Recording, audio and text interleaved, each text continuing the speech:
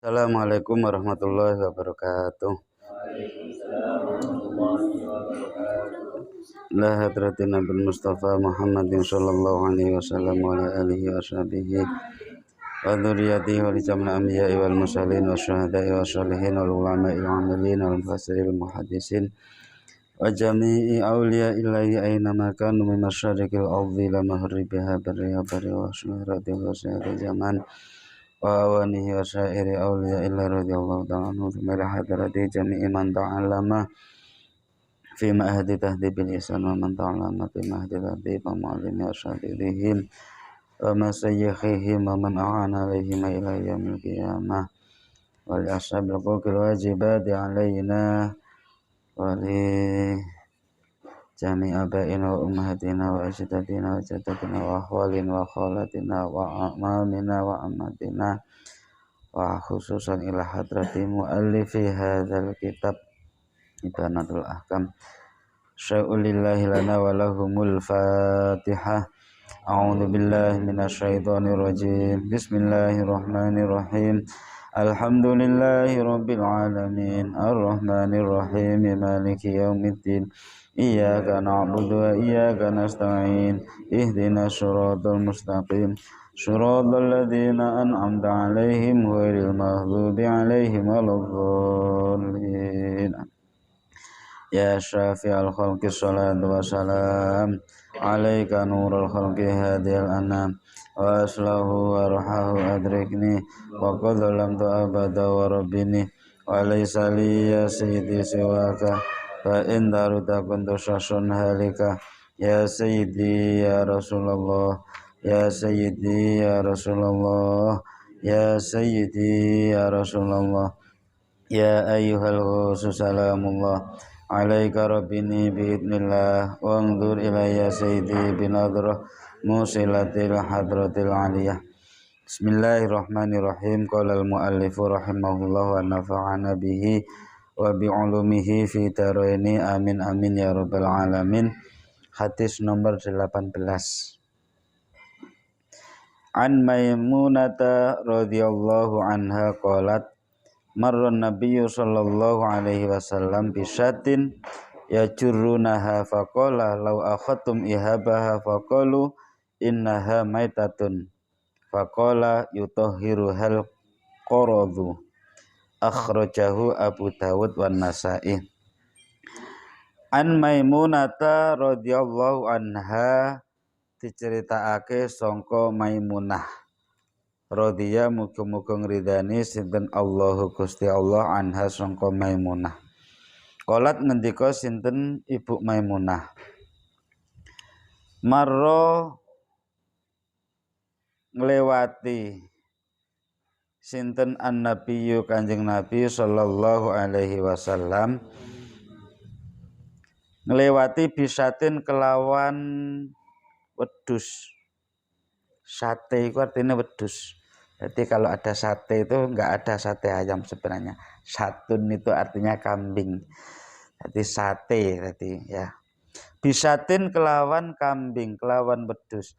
Ya juruna sing padha narik sapa wong ha ing satin ing wedhus. Faqala mongko ngendika sinten Kanjeng Nabi, "Lau akhadtum mbok yo njupuk sira kabeh njupuk ihabaha ing kulite syatun kulite wedhus." Faqalu mongko jawab sapa nas sapa menungso, innaha sak temene syatun iku maitatun bangkai. Faqala mongko jawab sapa Kanjeng Nabi sinten Kanjeng Nabi, yutahhiru iso nyucikake ha ing syatun ing kulit, maaf, ha ing kulit ihabaha ing kulite apa al-qaradu wit pule. Wit pule. Pule iku kulite pahit ya. Pernah jajal? Nah, akhraja ngetokake hu ing hadis sinten Abu Dawud, Imam Abu Dawud wan Nasa'i lan Imam An-Nasa'i. Ini diceritakan Ibu Maimunah itu pernah melihat Rasulullah itu suatu saat itu bertemu dengan orang banyak itu sing lagi nyeret wedhus. Wedhus iku diseret arep diguwak. Jadi diseret digotong wong akeh lah. Wedhus iku arep diguwak. Kemudian Rasulullah ketika ketemu dengan orang itu, Rasulullah ngendika, "Lau akhadtum ihabaha." Sayang iku jupuken kulite. Bangkai itu mau dibuang kemana? Karena pada saat itu mohon maaf, orang fakir miskin yang tidak punya peliharaan sama sekali, yang tidak punya kambing, tidak punya sapi, tidak punya unta, itu yang masih awam, bangkai pun dimakan. Wah, iki eman rek daging iki urung mambu iki, dadi dipangan, dimasak, dipangan. Orang-orang zaman dulu. Sekarang itu orang kaya sekarang itu menjadi miskin. Ono ayam ketumbur mobil mati, sayang lagi tas mati iki dibakar dipangan. Ya kan? Itu bangkai. Kemarin saya jelaskan bahwa semua hayawan yang matinya itu tidak disembelih itu hukumnya bangkai. Setiap bangkai itu haram kecuali bangkainya ikan dan belalang. Ya, iwak itu orang perlu dibeleh, dikletuk lele, dikletuk mati wis gak apa-apa, halal karena ikan. Termasuk belalang. Belalang itu ya halal langsung. Nah, ketika Rasulullah ketemu dengan orang-orang itu, Rasulullah itu menyayangkan, mbok dijupuke kulite, itu ya bahasa Jawane. Kemudian orang-orang itu menjawab, "Wahai Rasul, ini itu bangkai, mau saya buang." Rasulullah menjawab lagi, "Yutahhiruha al-qaradu." Itu kulitnya itu meskipun bangkai itu bisa suci. Suci dalam artian tidak boleh dimakan loh ya. Boleh digunakan untuk yang lain tapi tidak boleh dimakan. Kan kalau sudah menjadi bangkai menjadi najis. Najis seluruh dagingnya, seluruh itunya kan menjadi najis, namanya bangkai. Katakan Nabi yutahhiruha al-qaradu. Itu bisa suci dengan wit puli. Artinya yang kemarin kita jelaskan disamak. Disamak itu direndam dengan kapur, dengan wit-witan sing pahit. Itu corok penyakit-penyakit itu bisa hilang dan baunya pun meskipun sudah busuk itu bau bisa hilang. Makanya cara ono barang sing asline iku boleh disembelih kok mati tidak disembelih itu bisa dimanfaatkan lagi kulitnya. Kalau kita mau menyembelih harimau kan takut ya kan. Harimau kita tembak gitu mati, kulitnya diseseti, disamak namanya, habis itu dijual mahal kayak itu kulit harimau, kulit apa gitu kan bisa dimanfaatkan untuk itu kan. Itu kan dari kulit rusa gitu dan sebagainya gitu kan. Nah, itu cara menyamak itu ya seperti itu tadi, dikum 3 kali, perendaman.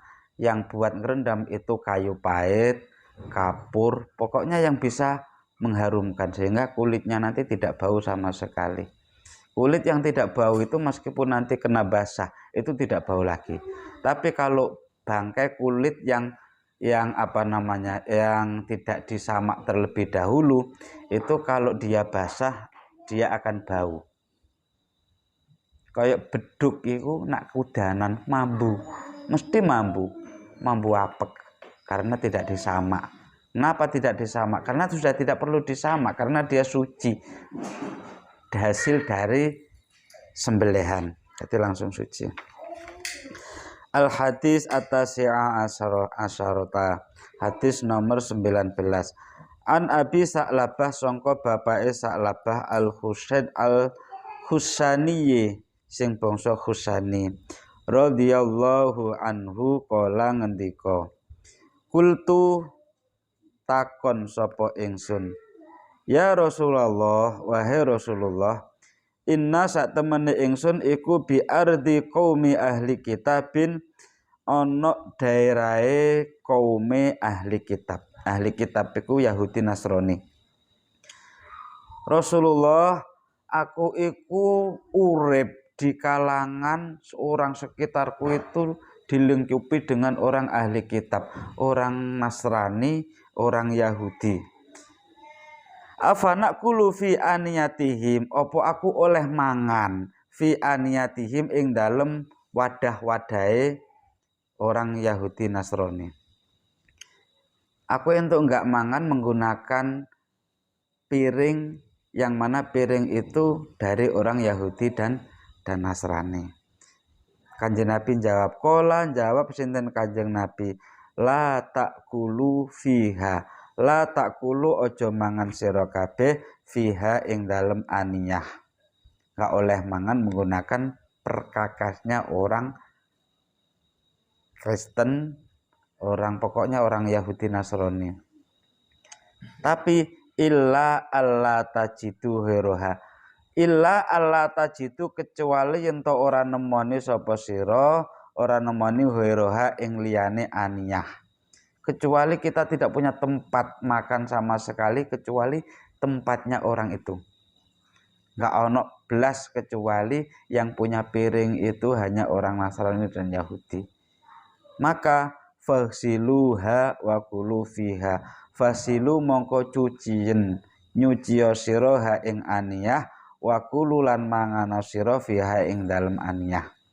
Ini penting, ini kita yang mempunyai saudara non muslim gitu ya, karena makanan, minuman dan sebagainya yang mereka sediakan itu mereka itu tidak diajarkan untuk kesucian, tapi diajarkan untuk kebersihan. Ingat, bersih itu tidak selamanya suci, sebaliknya kotor itu tidak selamanya najis.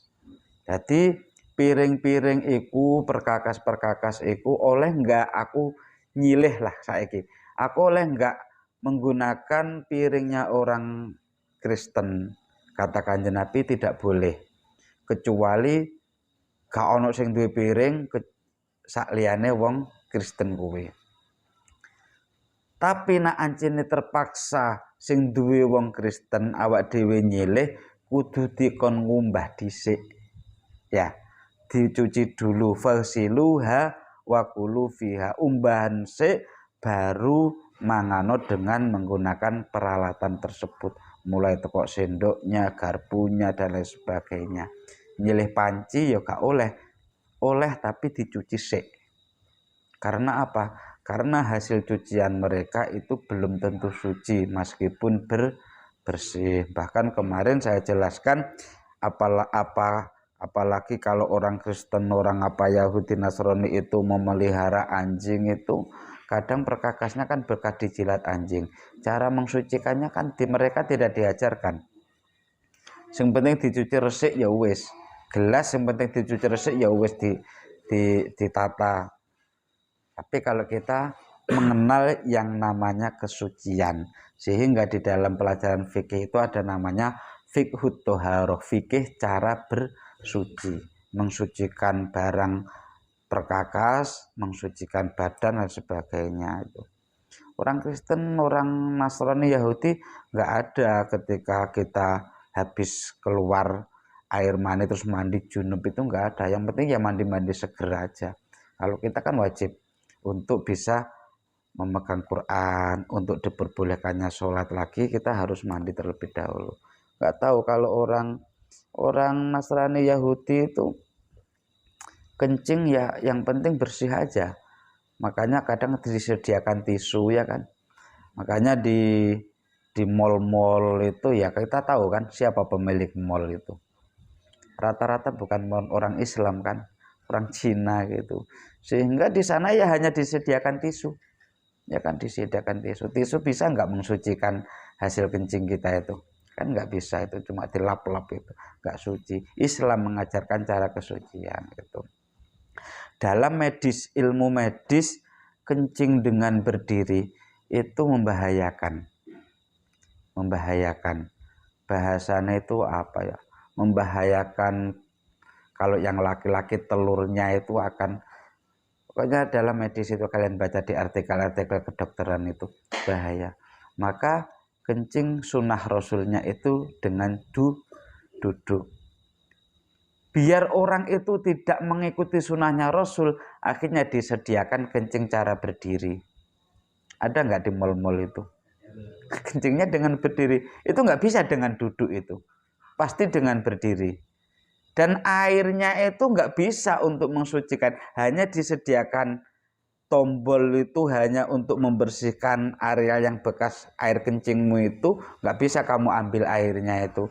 Dan di sebelahnya hanya disediakan tisu. Begitulah cara mereka itu ngakali umat Islam itu ben kena. Bahkan dulu saya pernah membahsul masailkan permasalahan sendok yang koyak-koyak itu. Tahu sendok koyak? Garpu. Sendok koyak kan? Seharusnya itu buntu tapi koyak-koyak, itu namanya garpu. Garpu itu produk siapa? Ternyata produk non-muslim. Kenapa orang makan kok disediakan garpu? Agar orang makan, orang Islam itu lalai dengan sunnah Rasul. Rasul itu makan tidak pernah menggunakan tangan kiri. Pasti menggunakan tangan kanan. Nak gawe garpu, kuwae baksone. Ya kan? Mesti kan baksone ditotol gawe garpune wis terbiasa gitu. Enak. Kan begitu. Itu ya cara-cara mereka. Yang kedua, siapa pembikin apa namanya bak mandi yang dari plastik itu? Kalau kalian ukur itu tidak lebih dari 2 kolah, itu kurang, semuanya kurang.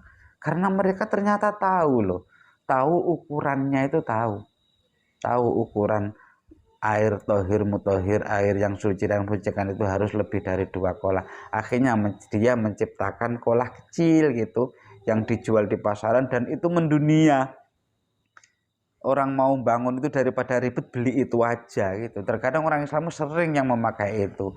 Dulu nggak tahu kalau yang kelas yang apa-apa itu, kalau Dika tahu itu, Nazar itu tahu. Kamar mandi putra dulu itu ya karena proyeknya dari pemerintah itu kamar mandinya itu pakai bak kecil itu kan. Masih ingat?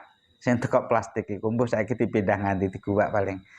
Akhirnya setelah pesantren ini berjalan, tembok itu kamar mandinya dibongkar dijadikan kolam yang besar. Apa itu?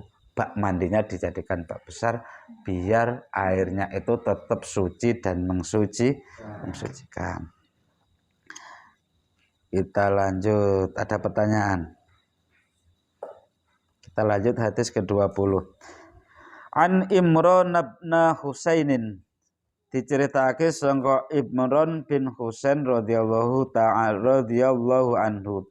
Anna nabiyya sak temene Kanjeng Nabi wa ashabahu lan sahabate Kanjeng Nabi, pira-pira sahabate Kanjeng Nabi iku tawaddu wudu sinten Rasulullah dan sahabat-sahabat min muzadatim ra'atin sangka gribone wong wadon musyrikatin sing musyrik itu artinya tidak Islam.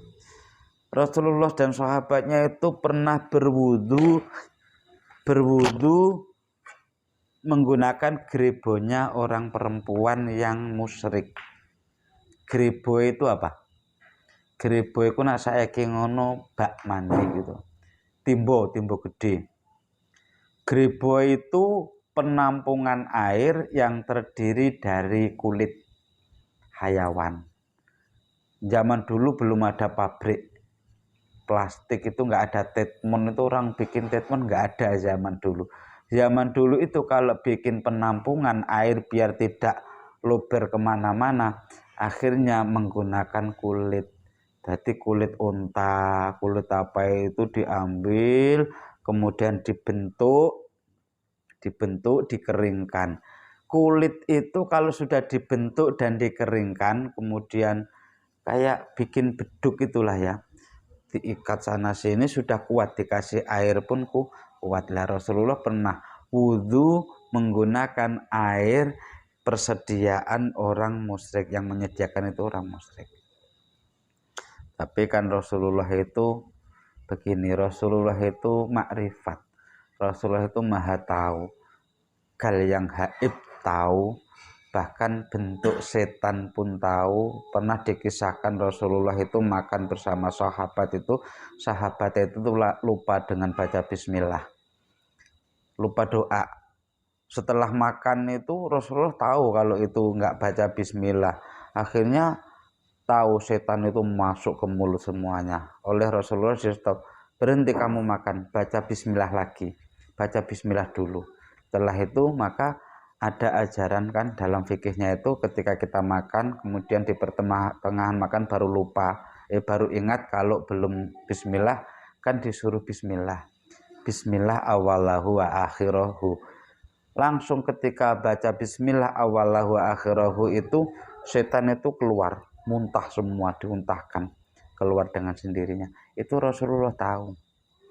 Dan begitu juga saya yakin bahwa persediaan air yang milik orang musyrik ini pasti sudah aman, karena sahabat pun diajak berwudu di situ, sudah aman. Kayaknya itu ya kayaknya memang sudah aman. Mungkin amannya itu gimana? Amannya itu meskipun di situ geribonya itu mungkin yang nyembelih itu orang Islam, orang musyrik itu yang beli, kemudian ditaruh di luar dan sering kena air hujan. Kalau sering kena air hujan kan suci dengan sendirinya.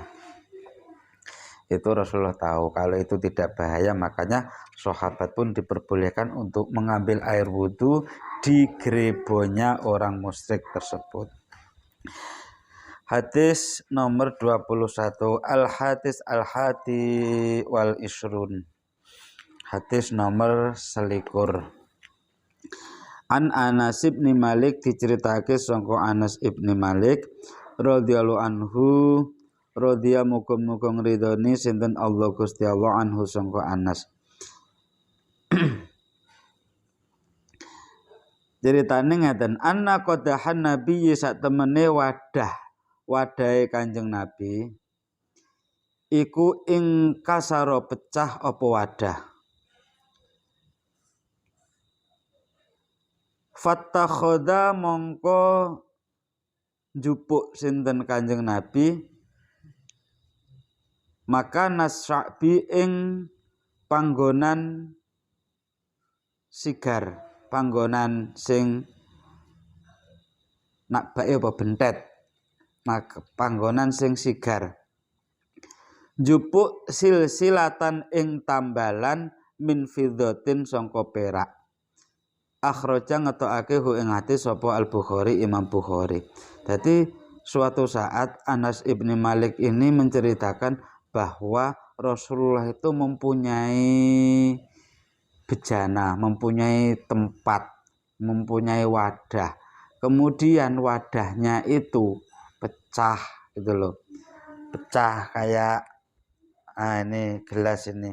Kanjeng Nabi itu punya gelas, tiba-tiba dibuat nuang kopi itu pecah. Kalau ini enggak pecah ya. Pecah. Mari pecah kan harus gak kena dinggo kan. Dadi nyang Kanjeng Nabi ku ditembel. Ditembel sing gawe nembel iku perak. Fiddatun perak ya.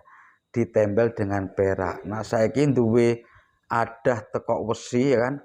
Tekok besi, minuman kan zaman dulu kan banyak yang dari besi kan. Kamu pernah nggak melihat apa itu? Melihat zaman dulu itu orang jual minyak goreng itu kan nakere gawe apa jenenge? Wadah kan tekok besi kan itu. Ya mungkin seperti itu. Wesine iku apa jenenge bentet. Wis gak kena acara digawe nyeduk banyu, nyeduk minyak bocor, akhirnya ditembel karo peraknya Kanjeng Nabi. Terus dipakai lagi. Ini ngapa?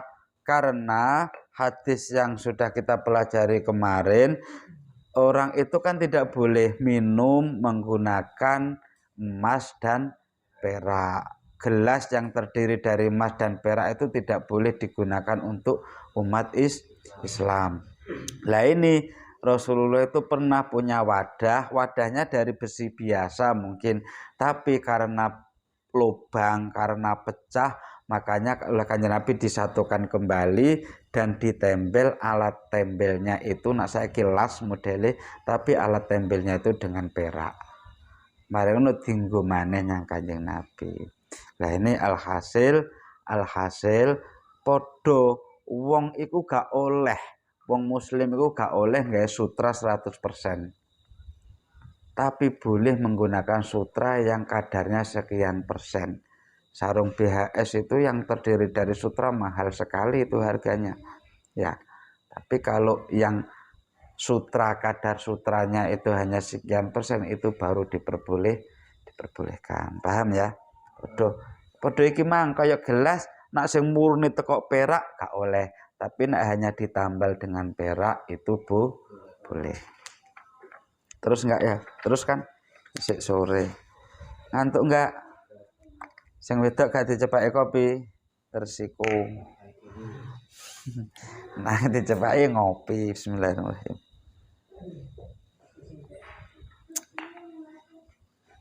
Ngopi nak karo gak ngudut gak enak, tapi ya karo ngudut.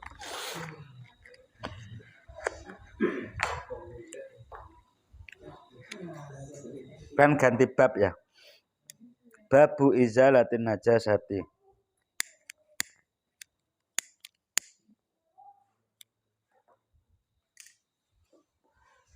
Al-hadis al-asani wal isruna, hadis nomor 22. An Anas ibn Malik, sangka Anas ibnu Malik radhiyallahu anhu, kala ngendika sinten Anas, suila tentang leti sinten Rasulullah sallallahu alaihi wasallam, anil khomri, sangka bab khomer. Khomer itu barang yang memabukkan. Tutakhodu sing den dadekake apa khomer, den dadekake kholan ing cokak. Faqala moko jawab sinten Kanjeng Nabi, la ora. Akhraja ngetokake hu ing hadis sinten Muslimun Imam Muslim. Faqala lan ngendika sinten Imam Muslim, hasanun shahihun, hadis iku hasan tur sahih. Jadi begini, di dalam hadis yang lain itu khomer itu minuman keras. Itu kalau tanpa proses fragmentasi, proses apapun, kok dengan sendirinya tiba-tiba dia itu berubah menjadi cuka. Tahu cuka? Yang untuk empek-empek itu ada cukanya juga kan? Cuko. Bukan cuko ya, tapi cuka. Cuka itu putih, warnanya bening. Khomer kok tiba-tiba minuman keras kok tiba-tiba berubah dengan sendirinya tanpa sentuhan manusia. Berubah dengan sendirinya, berubah menjadi cuka, maka itu halal dan boleh diminum. Boleh dibuat bumbu masak dan lain sebagainya. Itu halal. Tapi di sini ditanya oleh Rasulullah, anil khomri tutakhodu kholan. Bagaimana Rasul ketika khomer itu kami proses sehingga bisa dari khomer itu menjadi cuka. Apakah kami boleh untuk memanfaatkannya, untuk makannya, untuk bahan makanan? Katakan Nabi lah, nggak boleh, tetap haram. Jadi pada intinya khomer itu haram kalau dia berubah dengan sendirinya tanpa olahan sentuhan manusia, maka itu halal. Tapi kalau disentuh ben rubah, maka itu menjadi haram. Jadi haram. Nak berubah dengan sendirinya halal, nak berubah karena ulah kita maka menjadi haram. Al-hadis asalis wal isruna. Wan hulan dan ceritake sampo Anas ibnu Malik radhiyallahu anhu. Kala ngendika sinten Anas ibnu Malik, Lama kana yektine semangsane ana apa yaumu Khaibar dina Khaibar amara perintah sinten Rasulullah sallallahu alaihi wasallam perintah Aba Tolhata ing Aba Tolha. Panada moko ngundang-undang sapa Aba Tolha. Innallaha satemene Gusti Allah wa rasulahu lan utusane Gusti Allah iku yanhakum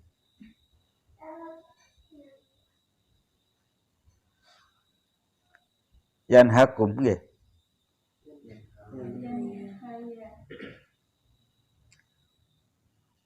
Kitabku yanha. Sing bener malah yanhayani nyegah sinten Allah wa rasulah kum ing sira kabeh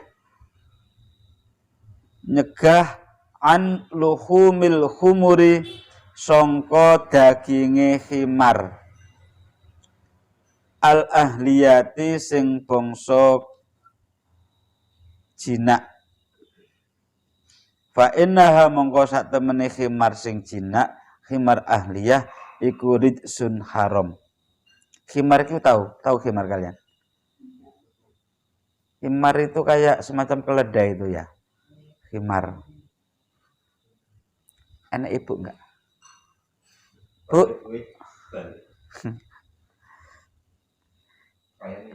Khimar. Jadi bahasa dulu itu khimar, keledai.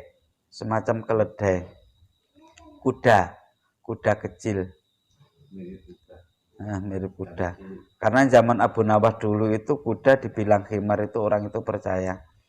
Jadi itu bukan kuda tapi khimar gitu. Enggak ini kuda gitu kan dibohongin itu. Proses penjualan pengen jual kuda oleh pembelinya dibilang khimar gitu loh.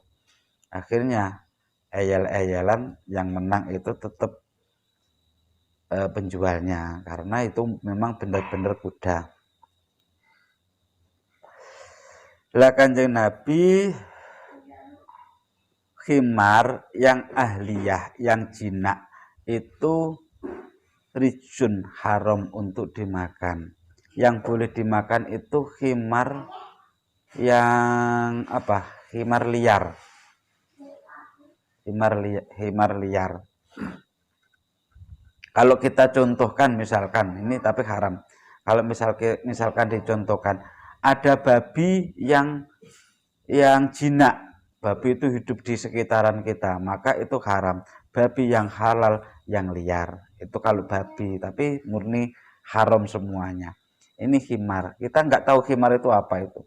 Konon kalau khimar itu ya semacam kuda, tapi dia kecil, namanya khimar. Di sini nggak ada, di sini kayaknya, di Indonesia itu nggak ada. Nggak tahu kalau di kebun binatang itu ada enggak itu.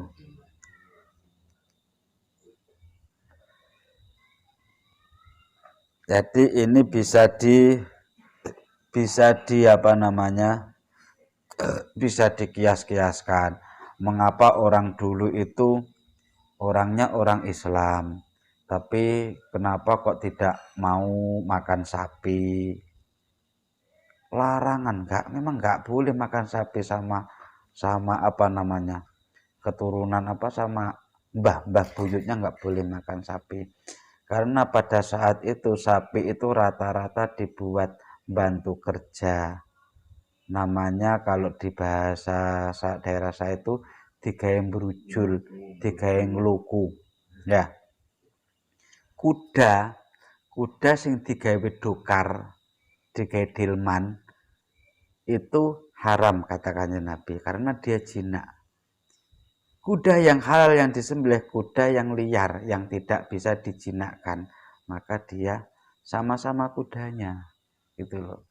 Karena apa? Karena khimar itu bisa dimanfaatkan untuk kerja, kuda bisa dimanfaatkan untuk kerja, sapi juga bisa dimanfaatkan untuk kerja gitu. Tergantung kita menafsiri hadis ini. Tapi kalau misalkan hayawan itu untuk membantu kerja kita itu kan kita sayang untuk nyembelih kan, kasihan itu.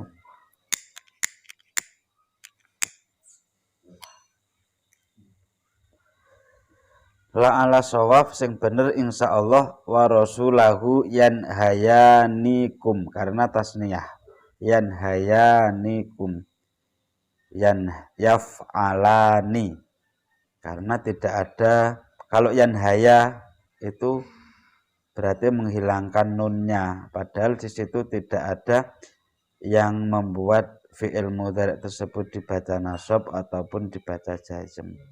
Jadi tetap alamat rofaknya dengan menggunakan subutun nun dengan tetapnya nun. Jadi yanhayanikum innallaha wa rasulahu yanhayani nyegah karone sinten Allah wa rasul kum ing sira kabeh. Al hadis ar-rabi wal isrun hadis nomor 14 an Amr ibn Kharijah. Amri itu wawunya itu wawu untuk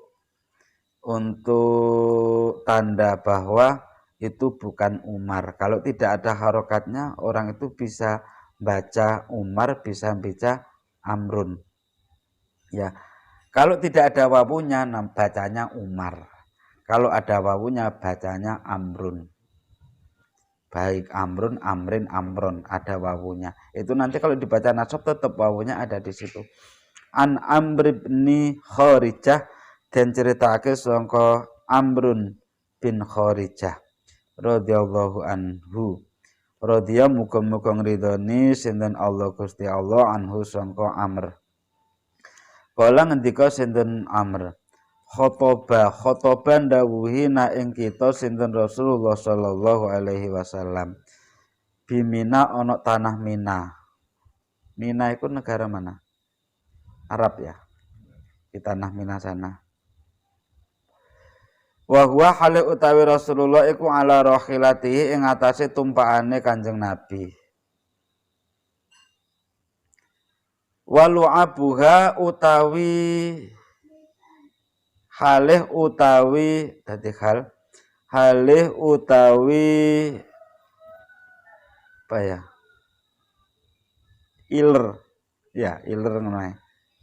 Walu abu halih utawi iler rakhilah iku yasilu mili apa rasilah ala katifi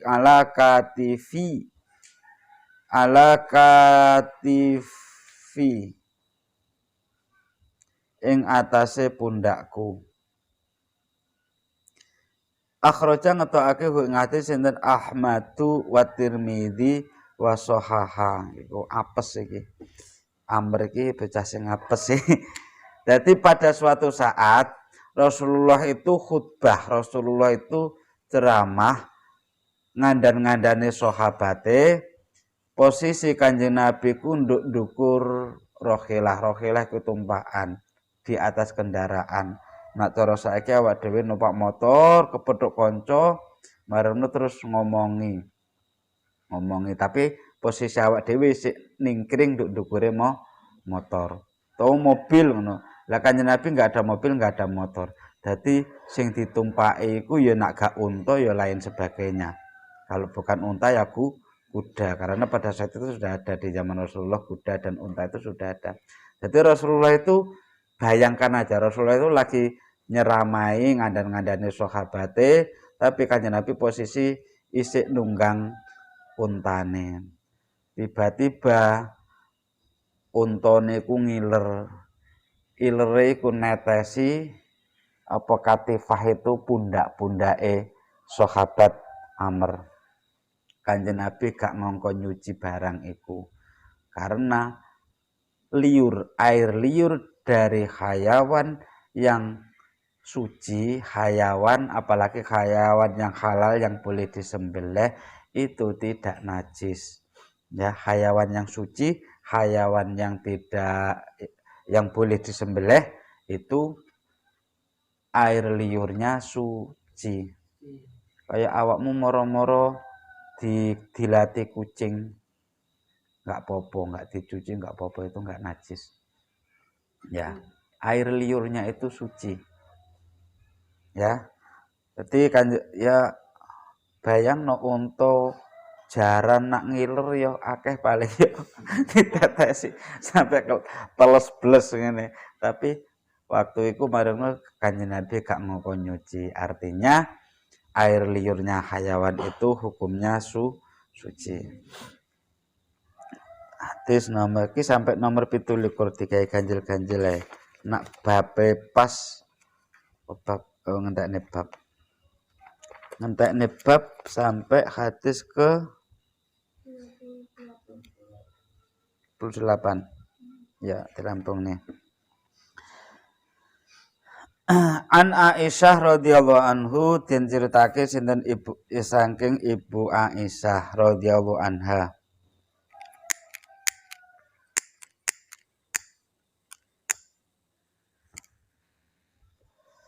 Kolat ngendika sinten Aisyah. Kana ana sinten Rasulullah sallallahu alaihi wasallam ana iku yasilu nyuci ngumbah sapa Rasulullah sinten Rasulullah almaniya ing mani. Tsumma yakhruju temuli miyos metu sinten Kanjeng Nabi ila sholati nuju salat. Fi dzalika saubi ing dalem ikulah baju. Wa ana halih utawi ingsun iku angduru ningali sapa ingsun ila asaril husli maring bekase cucian. Muttafaqun alaih. Jadi Ibu Aisyah itu siapa? Ibune Kanjeng Nabi ya. Ibune Kanjeng Nabi. Istrinya Rasulullah. Suatu saat Rasulullah itu mencuci awakmu iku nyuci sarung. Ternyata kamu habis mimpi basah itu. Sarung situ-situ arep salat malah wengine turu ngipi pisan. Ngipi ingzal, ngipi metu mani. Ngipi metu mani ku mesti biasanya metu tenanan. Ya. Ngipi metu mani. Arep salat marang dicuci. Dicuci jenenge mek diucek tok. Delalah isi ono bekas-bekase iku. Klenyer-klenyer itu masih ada. Jadi langsung salat, dibuat salat sama Kanjeng Nabi. Yakhruju ila sholati fi dzalika saub. Pakaian yang dipakai oleh Rasulullah itu masih ada asari husli, masih ada bekas air maninya itu masih ada gitu. Sah enggak? Sah karena air mani itu suci. Sehingga lakot kuntu afrukuhu. Ya jenenge garwane yon isin kan mosok bojone salat isi anak bekas manine kan isin, wah ini bahaya ini gitu kan. Jadi bojone ku ngerti isin, Ibu Aisyah ku ngerti isin. Lakot kuntu teman-teman ono kata Ibu Aisyah. Lakot kuntu teman-teman ono sapa ingsun ono iku afruku ngosoki sapa aku hu ing bekas mani. Jadi kalau dulu itu belum ada sikat cuci. Jadi dikerii, kalau diserodok garing, nak wis garing kan ngempel itu ketok ya. Habis dicuci belum bersih air maninya itu kan kelihatan gitu loh. Jadi dikerii yang Ibu Aisyah nggae kuku. Afruku ngosoki sapa ingsun hu ing hu ing bekase mau min saubi Rasulillahi sangka pakaiane Rasulullah sallallahu alaihi wasallam. Farkan sarono ngosoki tenanan kesuki sampai resik. Fayusolli tumuli salat sinten Kanjeng Nabi fihi ing dalem saub. Wa fi lafdin lan ing dalem lafaz liya lakot kuntu temen-temen ana sapa ingsun ana iku ahuku ngerui ngosoki sapa ingsun hu ing saub ya bisan halih wis garing. Jadi pakane wis garing baru dikosoki, dikelintheki nggae kuku.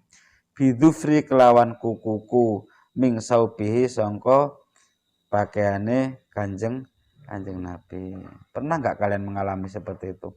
Males nyuci ingjal, akhirnya mek dikelintheki Ya namanya air seperti itu kayak awakmu pakaianmu kena umbel gitu ya. Jadi umbelnya rambut cuci, rambut pakaian rambut cuci, jadi mbok kelinteki ngono. Ya ilermu itu kan. Karena apa? Karena air mani itu suci. Sama-sama keluarnya dari tempat yang jorok, tetap suci. Bayangkan kalau air mani itu najis, kita semua itu najis. Karena kita diciptakan dari air mani, ya kan? Air mani itu suci. Sehingga ketika keluar air mani itu tidak diwajibkan berwudu, tapi diwajibkan mandi. Wudu ini gak batal, tapi wajib mandi. Aneh kan? Wudu ini gak batal keluar air mani itu, tapi wajib mandi. Itu fikih yang dipakai fikihnya Imam Syafi'i. Di dalam kitab Safinah kemarin kan dijelaskan seperti itu. Wudu ini gak batal keluar air mani. Kita itu ngaji kayak gini itu tiba-tiba ketiduran gitu ya. Iya lah aku gurune gandeng tenan sing wedok iku langsung ketiduran gini. Ternyata injal ngipi gitu ya. Ngipi wong ngipi karo ngaji gitu kan. Nah, itu enggak batal, tapi wajib mandi. Posisi duduknya teratur pas gitu. Kalau tidurnya senderan atau tidurnya apapun lah, senderan atau tidurnya ngangkang gitu, kakinya sebelah keangkat, itu baru batal, membatalkan wudhu. Karena tidur itu kan ada tidur yang bisa membatalkan wudhu, ada tidur yang wudhunya tidak batal. Di antaranya tidur dengan posisi duduk dan tidak ada lubang angin sedikit pun yang ada kemungkinan lewat pantat kita. Jadi plek lungguhe plek itu. Jadi bolongan belakangmu itu kalau duduk begini itu nempel tembok, nempel lantai kan. Plek itu kan kadang kentut pun nggak bisa. Kita paksa kentutin nggak bisa. Kalau nggak kita buka sedikit, ini nggak bisa. Jadi tetap gini aja itu nggak akan bisa keluar. Bahkan perut kita yang mules. Nah ini artinya pantat kita itu pantat apa? Pantat standar, bukan pantat orang yang terlalu kurus, bukan pantat orang yang terlalu gemuk. Kalau terlalu kurus, ya mohon maaf, sing nempel iku dudu daginge belunge. Jadi lubangnya itu masih ada, itu masih bisa kentut. Posisi duduk seperti ini bisa itu. Kalau saya kan standar itu. Kalau saya posisi seperti ini nggak gemuk saya itu. Posisi seperti ini saya nggak bisa kentut. Kalau mau kentut harus diangkat sebelah gini atau sebelahnya. Itu ya.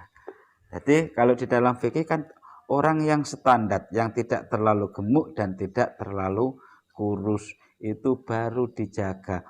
Tidur dengan duduk tidak batal wudhunya. Tapi kalau orang kurus atau orang gemuk itu batal wudhunya. Meskipun tidur kentut atau tidak kentut waktu tidur tetap batal. Nah, isi kurang sak lembar.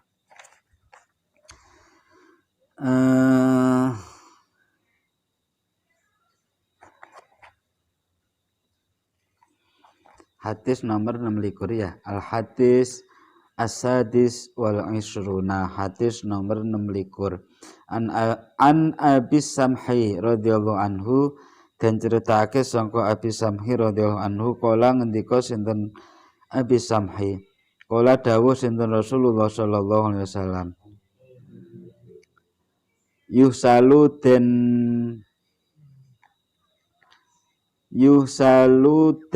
ya Allah, yuhsalu den cuci apa mimbau lil jariyati sangka uyuwe bocah wadon, wa yurassu lan den siram apa mimbau lil hulami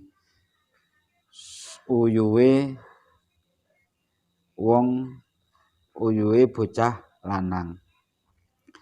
Akhraja ngetokake hu ing hadis sapa Abu Dawud wan Nasa'i wa sahaha lan nyahihake hu ing hadis sapa Al Hakimu Imam Hakim. Artinya air kencing anak perempuan itu harus dicuci. Kalau anak perempuan ngompol di celana itu harus dicuci bersih, harus dicuci sampai hilang semuanya. Tapi kalau air kencing anak laki-laki maka cukup disiram. Disiram sudah cukup. Jadi ketika disiram itu baik air kencingnya itu masih nempel di celana atau tidak, itu sudah suci. Karena air kencing anak laki-laki itu hukumnya mukhafafah, kalau air kencing perempuan itu hukumnya mutawasithah. Ini khusus bahas tentang anak kencingnya bayi kecil, ya. Bayi kecil. Nak kencingmu ya kudu resik. Wong kencingmu wis wesing apa maneh ombenane kopi luwak, ya kan? Luwak dadi ya air kencingnya ngalang-alangi kencing ambune luwak. Al-hadis as-sabi wal isrun, hadis nomor 27. An Asma'a binti Abi Bakrin As-Siddiq, sangka Ibu Asma binti Abi Bakrin sing dadi anak wadone Abu Bakar As-Siddiq. Dadi Asma iku putri daripada Abu Bakar As-Siddiq radhiyallahu anhuma. Anna nabiyya sak temene Kanjeng Nabi sallallahu alaihi wasallam iku kala ngendika sinten Kanjeng Nabi fi damil haidi ing dalem nerangake getihe wong sing getih head yusibu sing ngenani apa getih ngeneni asauba ing pakaian tahutu ngilangi sapa sira hu ing damun summa takrusu temuli ngucek sapa sira hu ing damun bil ma'i kelawan banyu summa tangzuhu temuli basuh sapa sira hu ing damun summa tusolli temuli salat sapa sira fihi ing dalem saub. Muttafaqun alaih. Artinya anak perempuan yang kebetulan darah haidnya itu mengenai pakaian, maka jangan dibuang.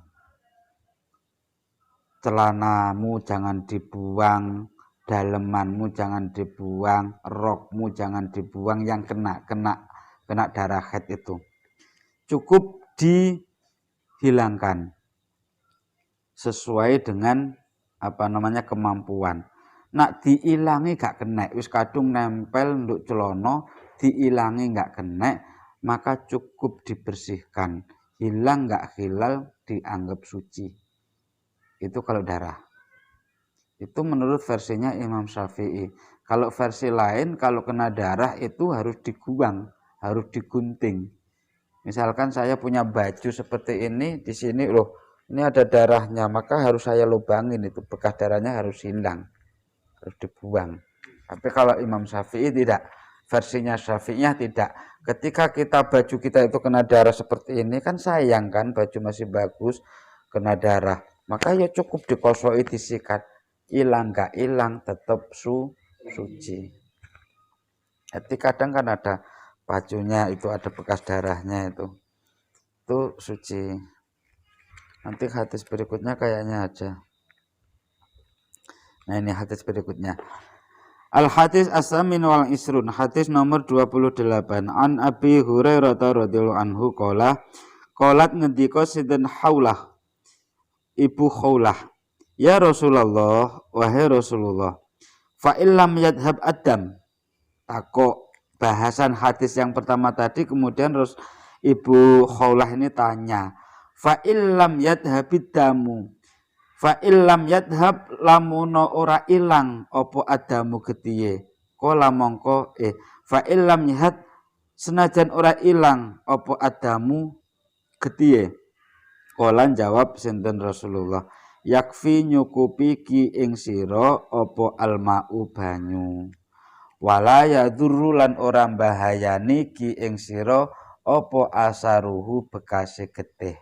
akhrajahu at-Tirmidzi akhraja ngetokake hu ing hadis sapa at-Tirmidzi Imam Tirmidzi wa sanaduhu utawi sanate hadis iku dhaifun lemah. Artinya piye Kanjeng Nabi nak cara darah itu tetap ada, bentuk darah itu masih ada nempel di bajunya. Jawab Kanjeng Nabi, yakfi ka alma'u, enggak apa-apa, cukup disiram dengan air. Wala yadurruki asaruhu, bekasnya itu tidak akan bahayani kamu. Artinya tidak apa-apa. Kamu sholat dengan menggunakan baju yang terkena darah namun sudah dibersihkan dengan air meskipun bekas darahnya masih ada. Pun niki hadis yang terakhir. Alhamdulillahirabbil alamin. Kok isik sore wis rampung? Jam pira iki? Enggak sampai sak jam ngajine. Ya. Ayo kita tutup dengan doa bersama. Subhanakallahumma wa bihamdika asyhadu an la ilaha illa anta astaghfiruka wa atubu ilaik wal afa minkum. Wassalamualaikum warahmatullahi wabarakatuh.